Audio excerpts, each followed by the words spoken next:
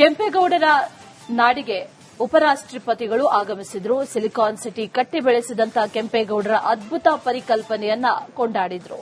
Bengaluru mini ಭಾರತದ ಸಂಕೇತ ಅಂತ ಉಪರಾಷ್ಟ್ರಪತಿಗಳು ಕಾವೇರಿ ವಿವಾದದ ವಿಚಾರವಾಗಿ ಪರಿಹಾರ ಏನು ಅನ್ನೋದರ ಬಗ್ಗೆಯೂ ಕೂಡ ವಿವರವನ್ನ ಬಿಚ್ಚಿಟ್ಟಿದ್ದಾರೆ.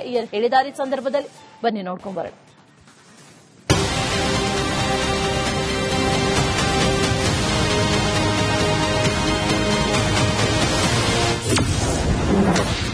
ಕೆಂಪೇಗೌಡರ ಕಾರ್ಯಕ್ರಮದಲ್ಲಿ ಉಪರಾಷ್ಟ್ರಪತಿ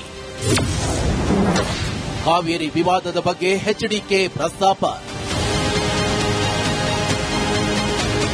ದಶಕಗಳಿಂದ ಬಗೆಹರಿಯದೆ ಉಳಿದಿರುವ ಕಾವೇರಿ ವಿವಾದದ ಬಗ್ಗೆ ಕೆಂಪೇಗೌಡ ಜನ್ಮದಿನೋತ್ಸವ ಕಾರ್ಯಕ್ರಮದಲ್ಲಿ ಪ್ರಸ್ತಾಪ ಆಯಿತು. ಕೆಂಪೇಗೌಡ ಪ್ರತಿಷ್ಠಾನ ಆಯೋಜಿಸಿದ್ದ ಕಾರ್ಯಕ್ರಮದಲ್ಲಿ ಉಪರಾಷ್ಟ್ರಪತಿ ಭಾಗವಹಿಸಿದ್ರು. ಕೇಂದ್ರ ಸಚಿವ ಎಚ್ಡಿ ಕುಮಾರಸ್ವಾಮಿ ಕಾವೇರಿ ವಿವಾದ ವಿಚಾರ ಪ್ರಸ್ತಾಪಿಸಿದ್ರು.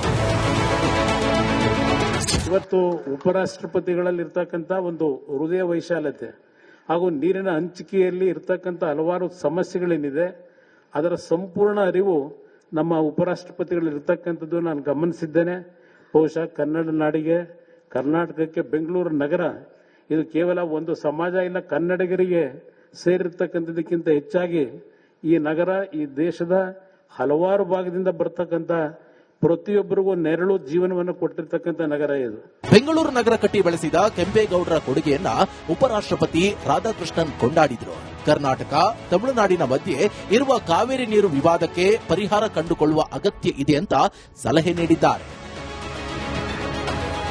As India moves towards the vision of our Honorable Prime Minister Sriman Narendra Modi ji of a Viksit Bharat by 2047, Nada Prabhu Kempegowda's example reminds us that enduring progress requires both ambition and responsibility. Great nations are built by individuals who think beyond their own lifetimes and work for generations yet to come. To the young students present here today, I offer a special message. ನೀರಿನ ವಿವಾದ ಬಳಿಕ ವರ್ಷ ಮುಂದುವರಿಯಲು ಬಿಡಬಾರದು. ಮೃತರು ರೈತರೇ. ಎರಡು ರಾಜ್ಯಗಳ ರೈತರ ಹಿತ ನೋಡಿಕೊಂಡು ಸಮಸ್ಯೆ ಬಗೆಹರಿಸಬೇಕು.